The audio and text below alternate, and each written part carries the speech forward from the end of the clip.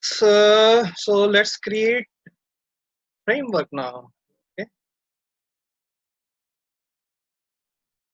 Okay. So everyone, click on file on your Eclipse or where if you are in IntelliJ, I think the process is same. New project. Go to the Maven one. Select Maven project. Next. I think Pramod yesterday showed you everything on IntelliJ. Today it's about Eclipse. Select quick start. Okay. And next. Okay, let me know if everyone on this screen.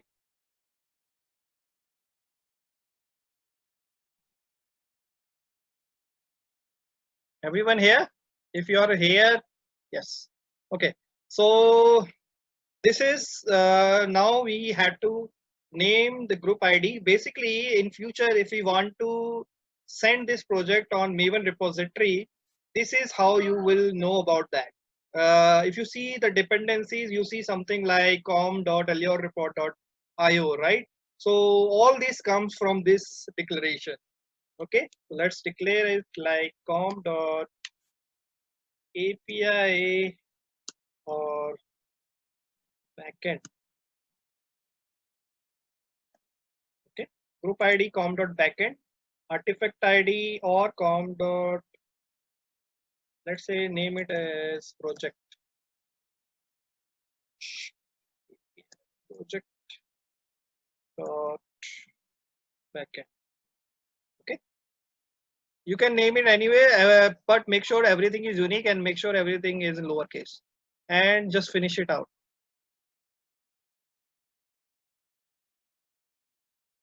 Okay, you will see this kind of folder, and now you have two things here: test and main. Okay, if you saw the mind map, there are two things which is already there. We need to add one more thing. So right click on this, new, and click on folder. Name the folder name as resources and click finish. Now we have added all the required folders which were part of the mind map, right? Everyone with me? Okay, cool. So the next thing is, if you see right now, it has two files which are not used, which are not, we're gonna not use these two files. These are like dummy files created by Quick Start Architecture. Just remove these files so that we can add our own files, right? Okay, now under that, I'm gonna add one class. Let's say I will name it Azure class, or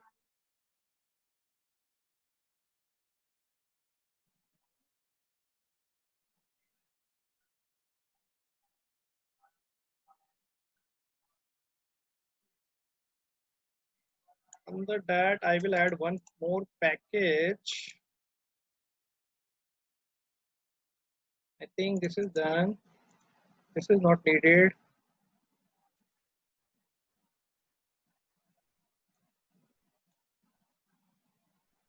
So we have deleted all the quick start references.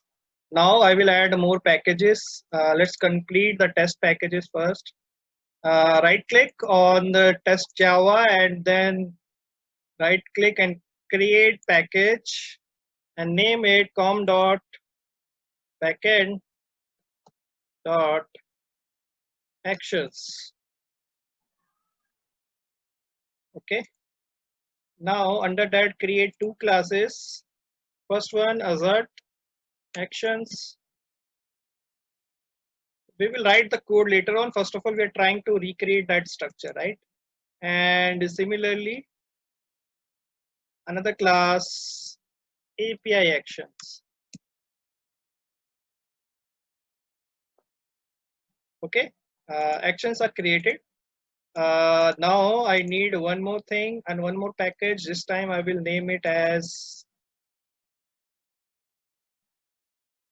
new package com.backend dot test.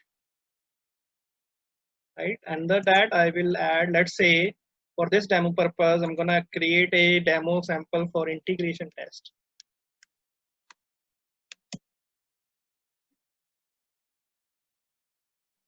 Okay, everything is created in terms of folder structure for source. Okay, everyone is with me?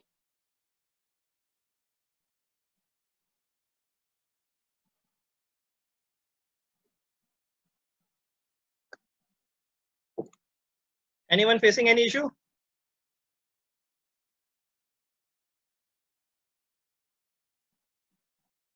Yes, it's quick start, Srinivas. It's quick start. Let me show you the Maven, quickly show you these tests again. Okay. I created a new project, new going into the file, new project, Maven project, next. Here you can quick search for quick start if you want to, quick start, and then select this one, quick start 1.1. If you are in latest version, it would be 1.4 also. Select this one. Next, name this. You can name this anything. I named this no com.project.backend. Okay, and com.project and here backend. And then you can finish it out, and then you will see two folders, source and sorry, main and test. There would be one class. Remove those classes. Okay, there would be one packages. Remove those packages, and create one resource folder. Right click, new folder and resource folder, and then under test create two packages, one com.backend.actions. Right click, new package, com.backend.action. Similarly, com.backend.test. Under this create one class, integration test, and under backend actions create two classes, API actions and Azure actions. Okay, everything is done on test level.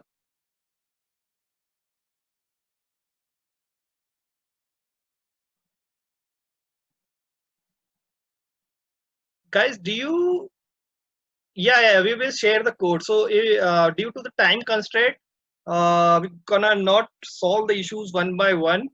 Today we will give you the code. You can just import it and use it.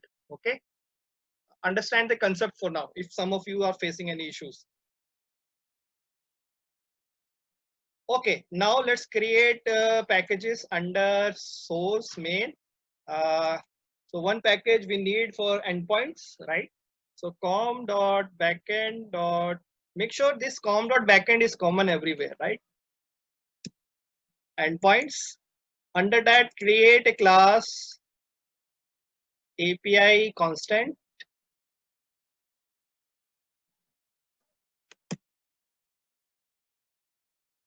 Okay,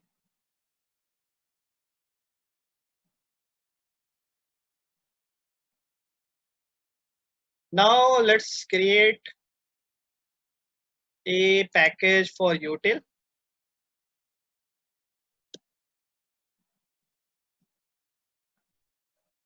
Under that create two classes, data utils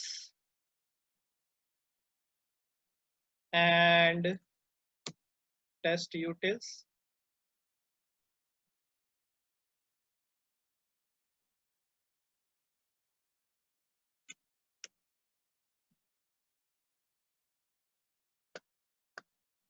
Okay,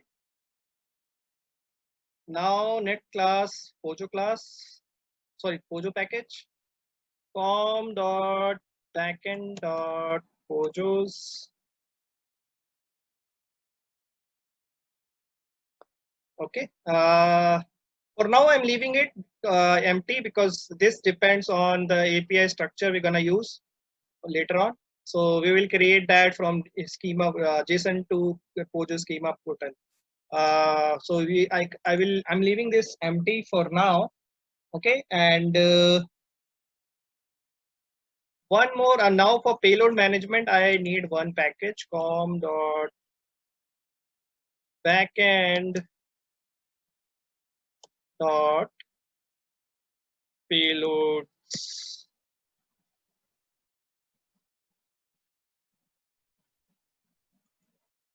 Okay. Again, this will depend upon backend Pojo's classes. So I'll create objects here. I will manipulate objects here. But this is what a structure look like. So under this, I will create a empty class for now. Request payloads. You need to manage request payloads, right? So this is our payload manager, which we discussed in payload driven framework. This is our backend Pojo. We will create Pojo classes later on. I think everything is done. Can you show the map again, Pramod, if I'm missing something? Yeah. Uh, you can add base test actually. Yeah. to one. So one thing is missing. So In under test, integration test, I need one more class for reusability purpose. That is base test. yes. Anything else? Structure wise, I think we are done, Yeah. right? Yeah. So everyone is on same page. At least some of the people who are not facing issues. Can I see some yes?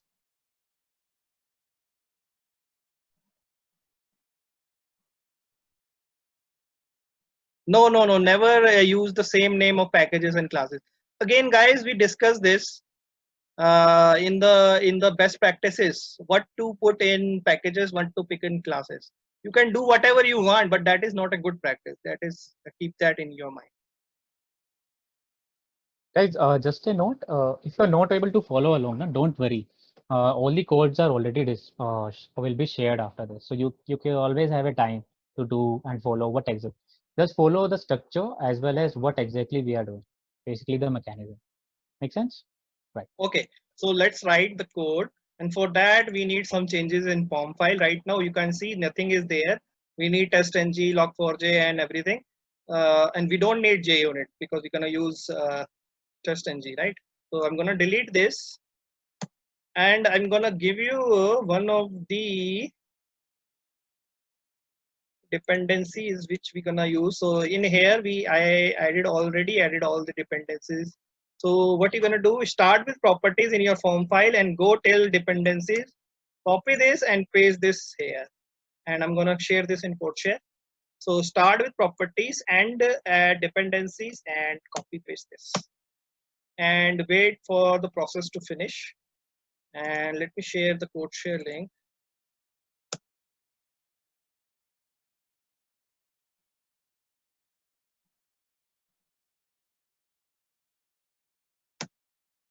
CodeShare link is in comments. Go there, copy the whole CodeShare code, and now go to your POM file and start from property stack, go till dependency stack and replace this code with the new code which is present on CodeShare. So what we added Allure reports which we need for reporting purpose. We added log4j which we need for logging purposes, right? We added JSON which we need for serialization and deserialization. We added rest assured, of course we need rest assured. Testng we need for test case management and execution. Philo for data reading. So all the necessary, so everything is required for this project we added here. Okay, everyone with me? Some people have done that, copy pasted.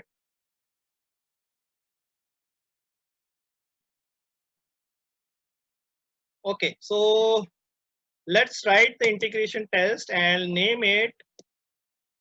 So I'll create a test. So I will name it public void test GitHub CRUD GitHub repo CRUD operations. Okay. Now under that, I'm gonna test create, update, and delete. Okay, and read and delete. So if you see the Postman, we have create, for auth user. Obviously, we're gonna use auth user. So for auth user, we need a header token, this. Okay, guys. So I'm gonna use my token, but for you, always use your token. You can get your token from GitHub. If you don't know, just go to GitHub and in your setting, go to settings, and under that, go to developer settings. Under that, go to personal access token and generate your token from here. Okay. When you generate a new token, make sure you select all the permissions here. Why all? We need admin permission to remove repo. Okay, so repo related permissions are good for create update, but for deleting something we need admin access. So check all the permission for now, and if you want, you can delete this token later on. Okay, check all the permissions, create new token, and then use that token in our test cases. I hope everyone has that token, right? Do not use my token for now. Okay. Now let's say if we had to write test case, if we have to cover this create repo test case in our rest assured repository without any framework, or without any framework, if we write the integration test case, how would it look like? Because create repo name needs a unique name. I'm gonna create a name and then add it. So I'm creating a unique name, and for that I'm gonna use system.current-time in millis. Okay, so that every time I get a unique name. So I created a name, unique name, because you can't create a same repo again and again on GitHub. It will throw an error. Now, once I have done that, I will start writing my API test. First of all, I need it for create. So first of all, I will set my base URI, which is this. Okay, if you are little slow, don't worry about it. I will paste this code in CodeShare for every step. So let's finish out the create repository, and once it is working, I will paste that in CodeShare. Okay. So rest assured, given, obviously given.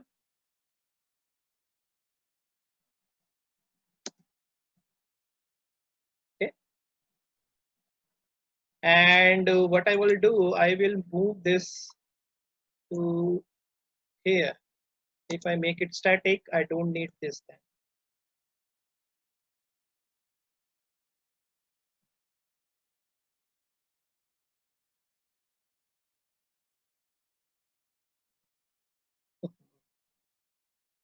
Okay.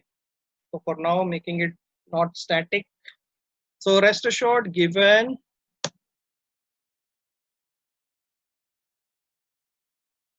dot base URI, where I will put the base URI.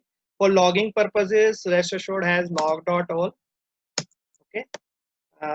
So this is that. And now I need header. I need a header.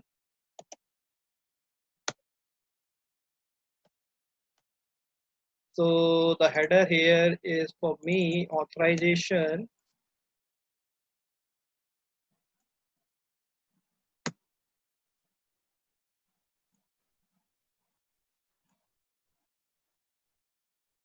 And I don't think we need anything else in headers given part. Now let's move towards when part. When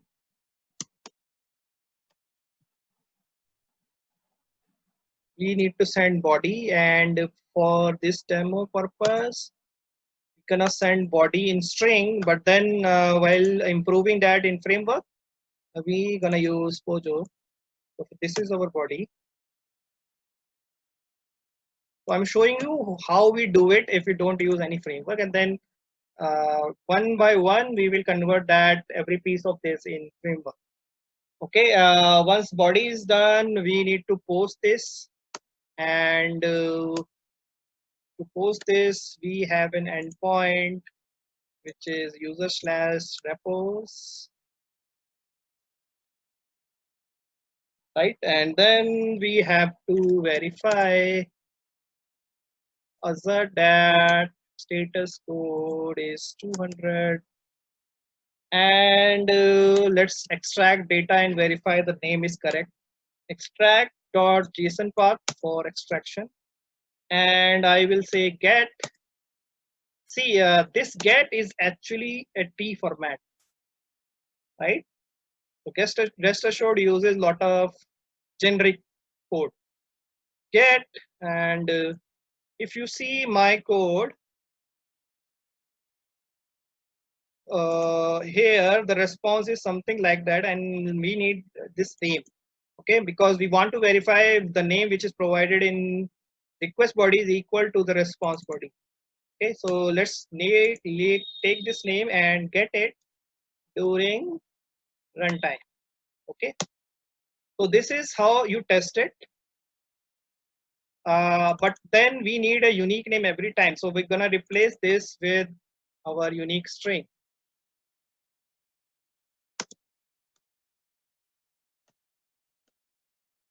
Okay, now we have created a simple create repo test. Okay, and with after this a repo will be created. Uh, but we are not verifying anything yet, right? We are extracting name. So let's save this name in another variable. Let's say response name, and then use our testng assertions to verify this. Name should be response name equal to response, right? Whatever we are creating, the repo should be created, and the repo response should have that name equal to the name we have provided. So if I run this, I should see a repo being created on GitHub with rest assured prefix. If everything works fine.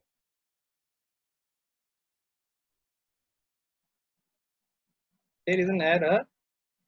210. Okay, yeah. For creation, the code is 201.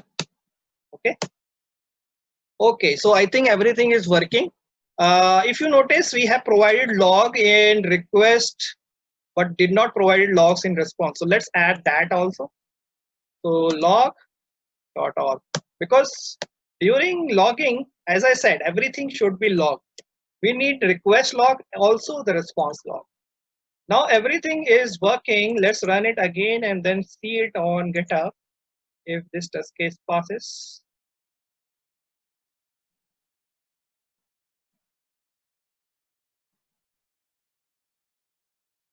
Okay, everything is working. Go to GitHub and let's see that I think 2 repos should be created with rest assured. So if I search my rest assured, there are 2 repos which are created with rest assured, and this is a unique identifier, which is a timestamp, right? So this is how you create a normal test